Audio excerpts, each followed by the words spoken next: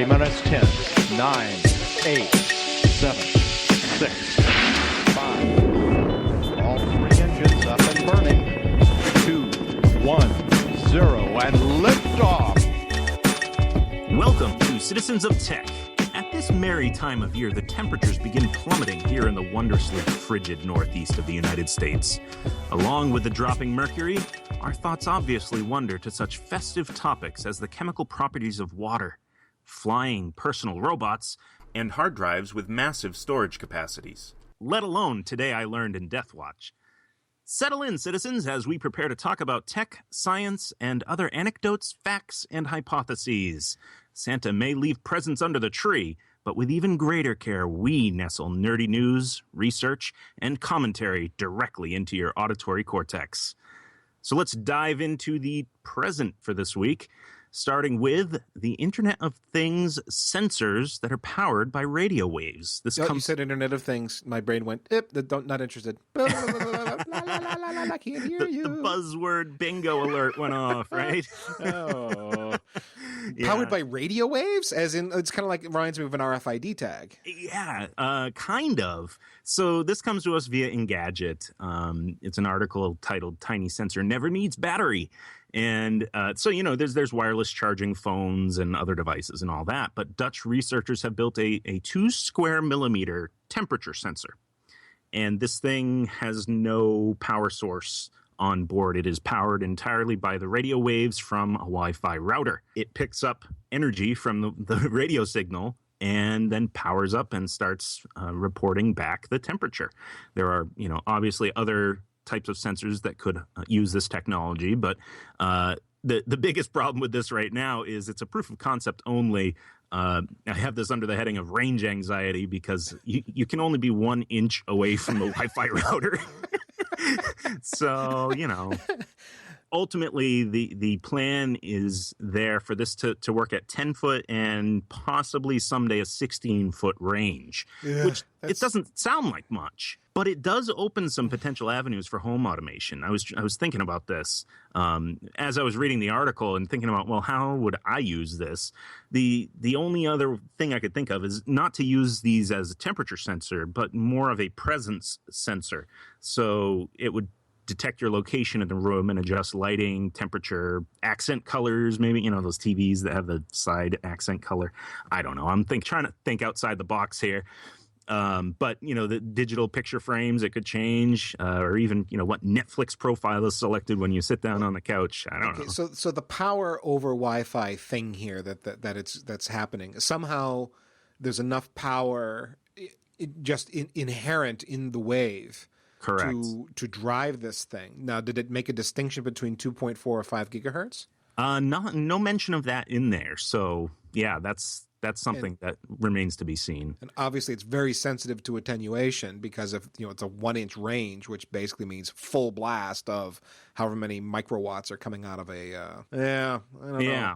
10 foot and 16 foot, even a 16 foot, 10 foot's pretty restrictive. I mean, 16 foot's, especially if you're going between floors, isn't that bad. It seems like it's more useful. So I don't know. It's mostly, to me, the big story here is power over the radio waves, like Nikola Tesla says we could. Yeah, I don't know if it's going to pan out to anything meaningful, but like you said, the power over radiation essentially is the cool part. So I did a little Kickstart stuff this week. Went through my Kickstarter feeds, and most of it was the normal crap. Hey, I've got a new album. Would you like to fund it? No, not on your life. But there was one I saw that was really cool. The Fly, FLEYE, your personal flying robot. So I want it.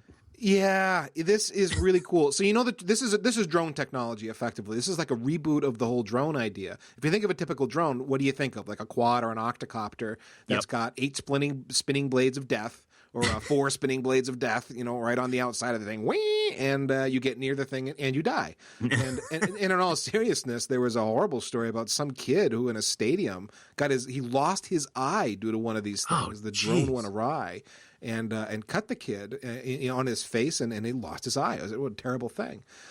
So Fly, again, FLEYE, if you're Googling this thing, It's the size and weight of a soccer ball, and there are no exposed spinning blades of death. You can push it away from yourself if you want without any risk of injury. And the way it works is you've got a case, and inside the case, you've got 4 steering vanes, a single prop. There's a camera on top of this thing that goes 1080p, 30 frames per second. There's a computer on board that's running Linux and OpenCV, so that you can control and react to what's on the video feed. It's got an open API and an SDK, and you can therefore write code to have the robot react to what it is seeing with all of that stuff. And it's just, if you look at the video and look at this thing, it's like all of a sudden the whole drone thing makes sense. Yeah, this is what it should be. Just looking at the videos and the diagrams and all that, this is what a drone should be. It's a really compelling idea. It's also really expensive at this point. Well, yeah, I mean, as of this writing, there's 236 backers for about $115,000 total dollars backed, and they're looking for $186,000, and they're looking for 175,000 euros specifically. This is actually, I think, this project is in France, and they're looking for it by the middle of January 15th. 2016. So yeah, it is a pricey project if you want to actually get a robot out of it by being a backer, which is how Kickstarter works, of course. And the cheapest buy-in, if you act right now, is 699 euros. There's only 9 out of 100 slots left for that. But I mean, if you see this thing, it's really cool. Whoa, you know what, Eric? I just remember one of the things I saw in the video was how they were controlling it. Mm-hmm. They had a game controller, like from an Xbox. Yeah. And a little clippy with a phone on it, so you could see the video feed on the phone and then steer the thing with the thumbsticks on the controller.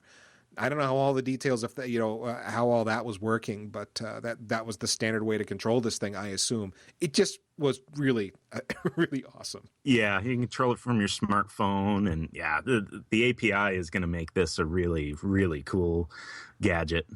Well, they showed tracking a demo of. I think it was demo. I don't with think it going down the hall. It's tracking the guy's face. It was tracking the guy's face. That's exactly right. And so it flew around him instead of into him. Yeah. Oh, it's so awesome. Yep. Love it. Yep. So great. Moving on here, we've got the world's first 10 terabyte hard drive has just been released. It's HGST, which has beat Seagate to the market. Seagate was expected to be the first to market with a 10 terabyte hard drive. But right, HGST hit first, and the thing about this is it's filled with helium. Yeah. It doesn't float. I wish it would make my voice funny, but it does store 10 terabytes of data, so there is that. So, the big thing with spinning platter hard drives is that they're, high capacity, but they're very slow, at least compared to an SSD, Yeah, right. And we're going to talk more about HDD versus SSD a little bit later on here in Death Watch. But yeah, this is big, slow storage.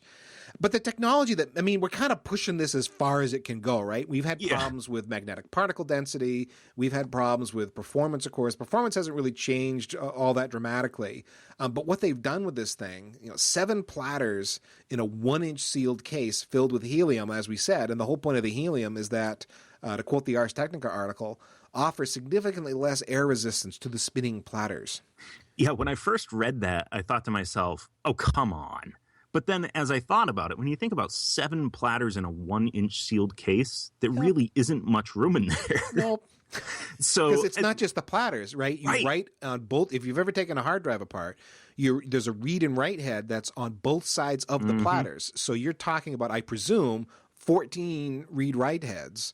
And you've got to have that interspersed between 7 platters in a standard hard disk profile. It's tough stuff. In 1 inch of space. So I think it's probably less air resistance and less turbulence, I would imagine. These are 7,200 RPM drives. They're not 5,400 like a lot of the large, 6 or 8 terabyte, whatever. So that was something that stood out to me too. But really the coolest thing about this, besides the helium, is the hammer, I guess is the best name for it. Well, right. That's what Seagate is kind of waiting on. So HGST built this drive. It's not a hammer drive, but Seagate is going ahead with HAMR eventually. Heat-assisted magnetic recording, HAMR. again, this is Hammer uses a laser to heat up a small region of the hard drive that's being written. And again, I'm quoting from the Ars Technica article we pulled this from. The heat causes the magnetic grains to lose their superparamagnetic effect for a short period, allowing for smaller magnetic grains and higher areal density. So what the heck is superparamagnetism? I'm glad you asked. Superparamagnetism is an annoying trait of magnetic nanoparticles where they randomly flip direction. A problem when, for example, this results in your binary zeros randomly becoming binary ones. Which is kind of a big deal. Storage. Yeah. So all of that to say, this is part of the Hammer, HAMR, that is coming soon to hard disk drives, pushing magnetic storage as far and as hard as it can go. Which is probably not a heck of a lot further. Well, that's just it, yeah. Can you guess what the upcoming Death Watch is going to be about, fair listener? I bet you can. Gee, I don't know. So moving on to a new story here. Eric, we live up in New Hampshire. Our neighboring state to the west is Vermont, and there's a Vermont utility that says it will be the first to install a Tesla Powerwall or to install Tesla PowerWalls in the U.S. It's become a standard offering for these guys. Yep. This story again comes from Ars Technica. Coming January 2016 to Green Mountain Power customers, they will have an option to buy 7 kilowatt-hour Powerwalls starting, again, early next year, just after Christmas. And they're going to start with 10 pilot customers, and then they're going to open it up to everybody. So the thing that sucked about this for me as I was reading through this was the pricing, because we talked about Powerwalls, I don't remember which show it was, several shows ago, and the pricing was supposed to be, according to Elon Musk, about $3,500 for the 10 kilowatt-hour version and $3,000 for the 7. But Green Mountain Power is going to be charging $6,500 for the 7 kilowatt-hour Powerwall. And that does include the inverter. That includes an installation fee, but it's still like, cost of acquisition is a lot. Yeah. Well, it's actually more than double. Wow. Now that I'm looking at the number, yeah, it's $6,500 instead of $3,000, I guess, for the privilege of having it installed by your power company. I don't know. I mean, it's not... I mean, Green Mountain Power is thinking about this, right? They know a lot of people are going to just want to throw that cash down and just to get the Powerwall. And so you don't have to buy it outright. They've got a couple of creative options. You could do one option would be you allow Green Mountain Power to share access to the battery.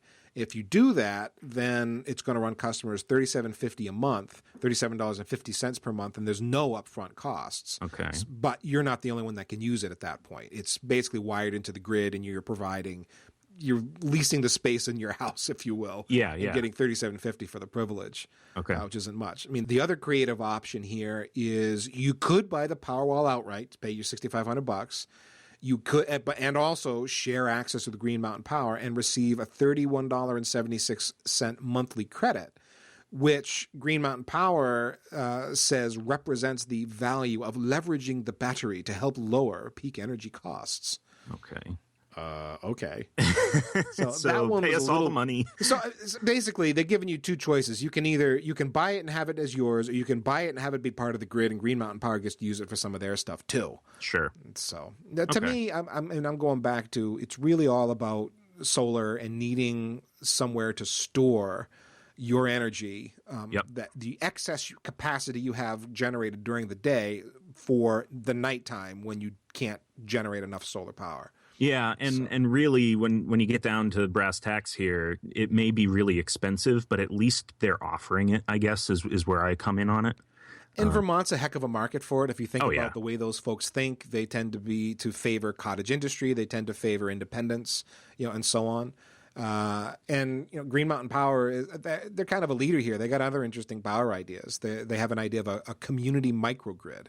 And the whole idea there is having a microgrid that can rely on independent or renewable power, such as solar and battery backup, rather than being part of massive national or international grids.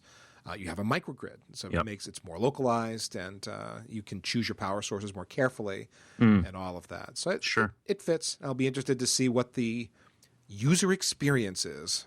Moving on, NASA has published high-res photos of Pluto.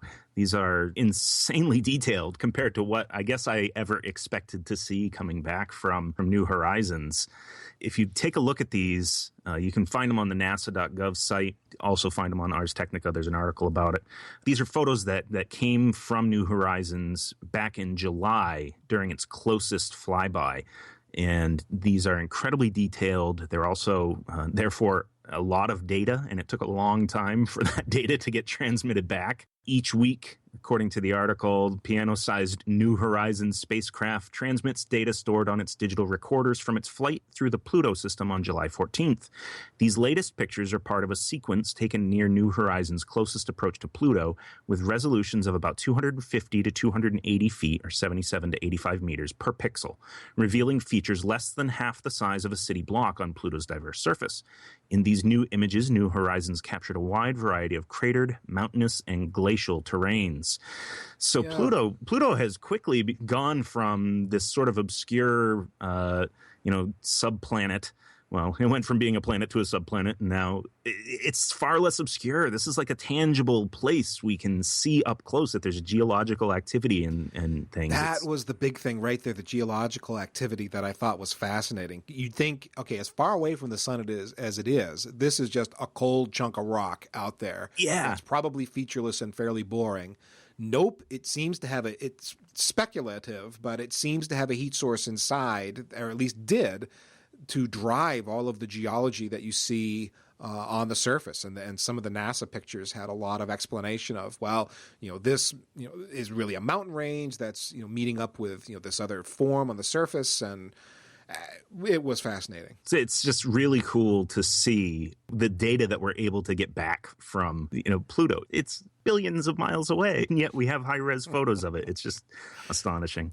Now, those were probably the best pictures we're going to get. I mean, there's more data coming back and will be for, I guess, weeks, but the data that we're getting now was from the closest flyby back in July 2015. Mm-hmm. So they are awesome pictures, but they are also about the best we're going to get. And if you go up to the nasa.gov site, link at citizensoftech.com, you can find it there. You'll see a video that they made, and then they'll explain to you in detail what exactly you're looking at from the scans. Pretty neat stuff. Yeah, it is. Now, you did some research on a compound I'm not sure I'm familiar with. Dihydrogen monoxide? Dihydrogen monoxide. There's actually, there's a campaign out there to ban it because it's an industrial solvent, and inhaling it will kill you, and it's also a food additive and all that. Okay, the joke here is that dihydrogen monoxide, anyone that's familiar with chemistry, is water. It's just another name for water. You're not wrong. Breathing it will kill you. Yes, it will. It is a potent industrial solvent as well. But so water.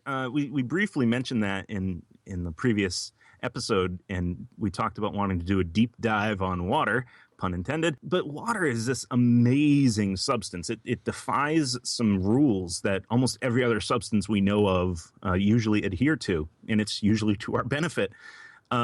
Information was pulled from a couple of science curriculum websites from University of Waterloo in Canada and University of Georgia Marietta, I believe. So the first big thing that is really important to know about H2O is that as it cools, it gets more dense. So, obviously steam is not very dense. As it condenses and cools, it gets more dense in a liquid form. And it continues to get more dense right up until it doesn't anymore, which happens. Water is at its peak density when it reaches 4.44 degrees Celsius or 40 degrees Fahrenheit. And then it suddenly starts getting less dense as it becomes a solid. Since it expands when it freezes, its density actually starts decreasing as it expands, and it has a final density of about 9% less than liquid water, which is, contrary to what most materials out there do. Most things, you get colder, you become denser. That's just what happens. But if it's less dense, this would be why ice floats then, right? Yeah, exactly. So imagine if it didn't become less dense and ice rested on the bottom of your glass or, the ocean or the impacts that this would have. Ice would not as effectively cool your beverage, if you think about that. If ice sank, the coastlines of the world would be substantially different. Yep. Boy, that's... okay. Let's think about that for a minute. Yeah, so it's kind of mind-bending to think about what would happen if it did sink. There are many implications for that. So the next big item on the list here is that it's an amazingly potent solvent. It can dissolve both organic and inorganic substances. And part of that has to do, well, I'll get to that in a minute. The other big thing here is the surface tension of it is specifically unique in that, I mean, water can climb stuff. It actually flows up trees and it can support organisms. There's a force called turgor pressure that supports most plants. When you have a wilted plant because it hasn't gotten enough water, that's a lack of turgor pressure. It's using that water to stay alive instead of supporting itself. I have some kale in my refrigerator right now that is suffering from a lack of turgor pressure. A distinct lack of turgor pressure. Yeah, I've got some spinach that's doing the same thing. So returning to the, amazingly potent solvent, the reason it's so good as a solvent is because it has one side that has a negative charge, which is the oxygen side. Because if we think about water, the H2O molecule, it is H2, so two hydrogen atoms and one O oxygen atom, and they're joined together in that sort of famous Mickey Mouse configuration, where the oxygen is the head and the hydrogens are the ears. And the oxygen side is slightly negative. The hydrogen side is slightly positive. And so it has polarity to it. And this has implications in microorganisms where you see hydrophilic versus hydrophobic types of substances and microorganisms. So cell walls can be hydrophilic, hydrophobic to allow water to pass through membranes or to keep water out.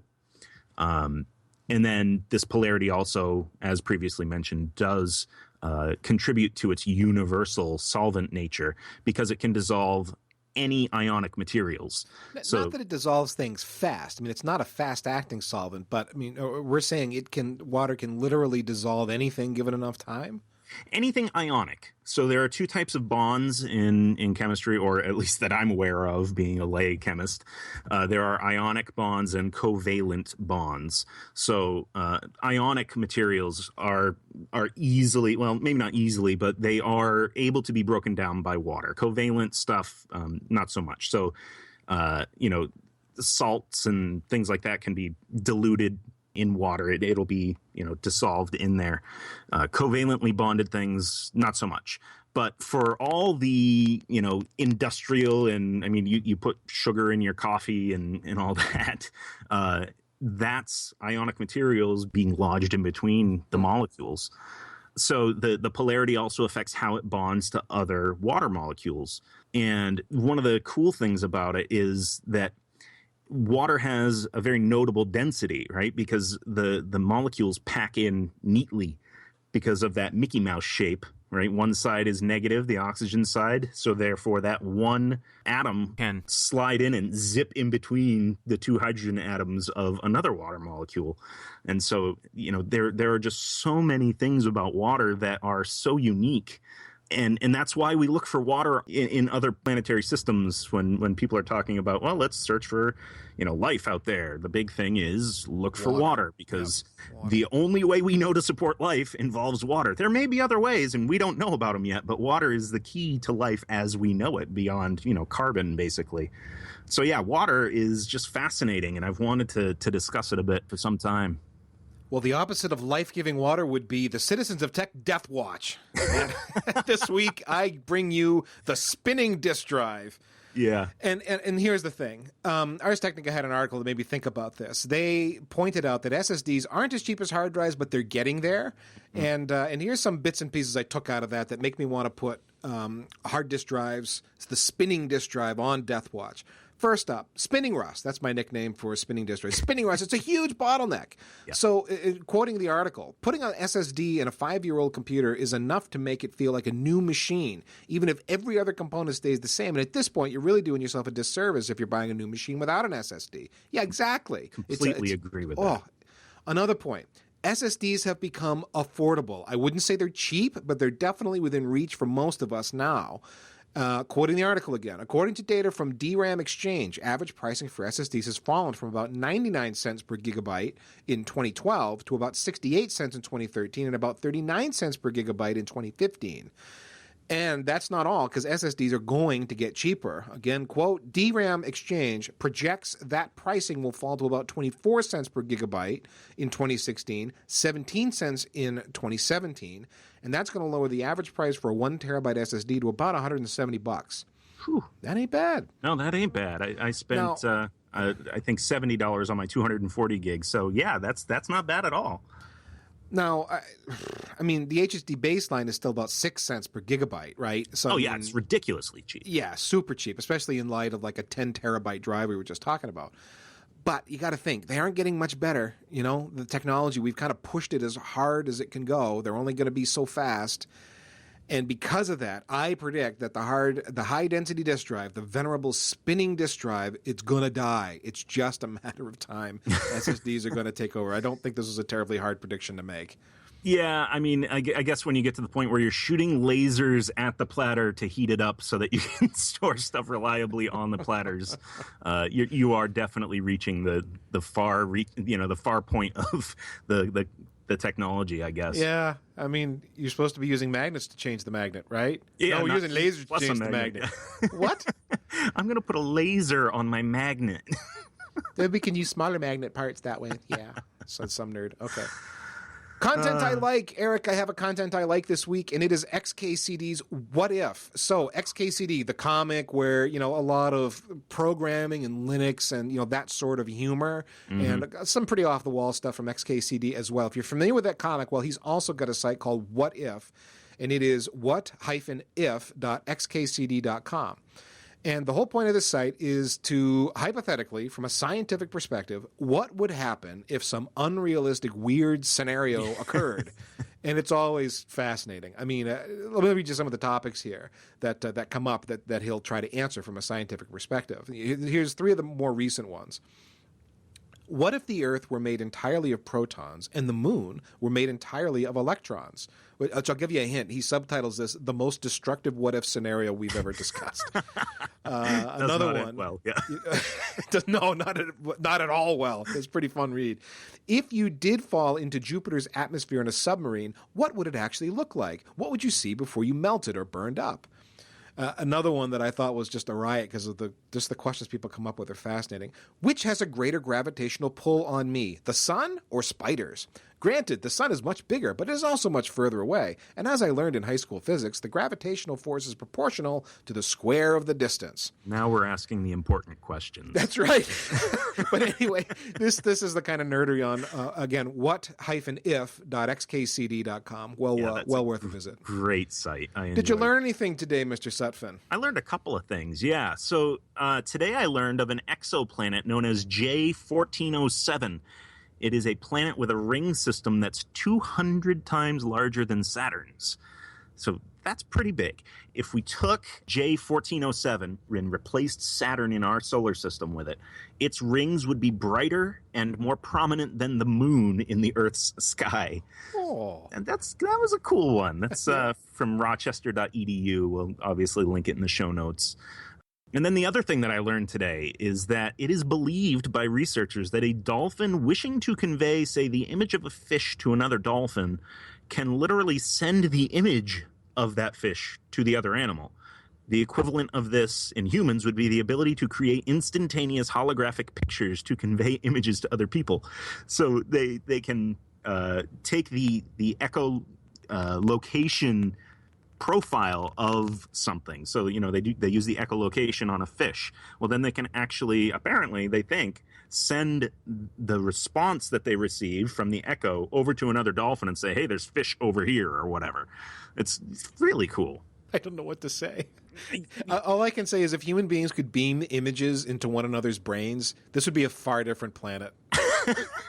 Well, I mean, and none of the ways I think of are good. Yeah, no. All possible scenarios are bad. Yep, absolutely. Well, with that imagery, we draw this episode to a close. Remember all the other geeks in your life by sharing the gift of Citizens of Tech with them. We're on Twitter, Facebook, and citizensoftech.com. Drop us a like, tweet, or leave us a review on iTunes, or simply drop an email to a friend mentioning Citizens of Tech. Expanding our listener base is one of our top wishes for Christmas. Sharing is caring, after all. And remember, if you do happen to get an official Red Ryder carbine action 200-shot range model air rifle for Christmas, be careful, or you're going to shoot your eye out, kid.